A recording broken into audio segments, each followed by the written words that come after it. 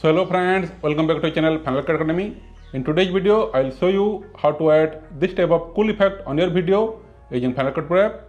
So let's dive in. So first of all, let's open Final Cut Pro app.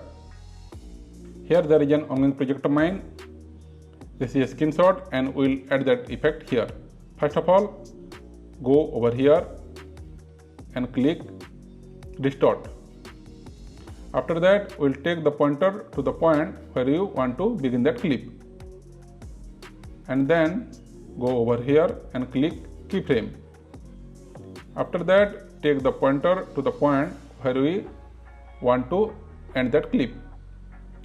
After that, go over here and drag it like this. And then click done. Let's play it.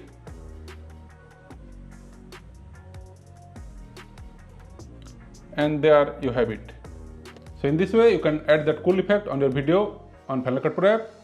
If you really found this video helpful, do hit the like button and subscribe for more editing tips. See you in the next video. Thanks for watching.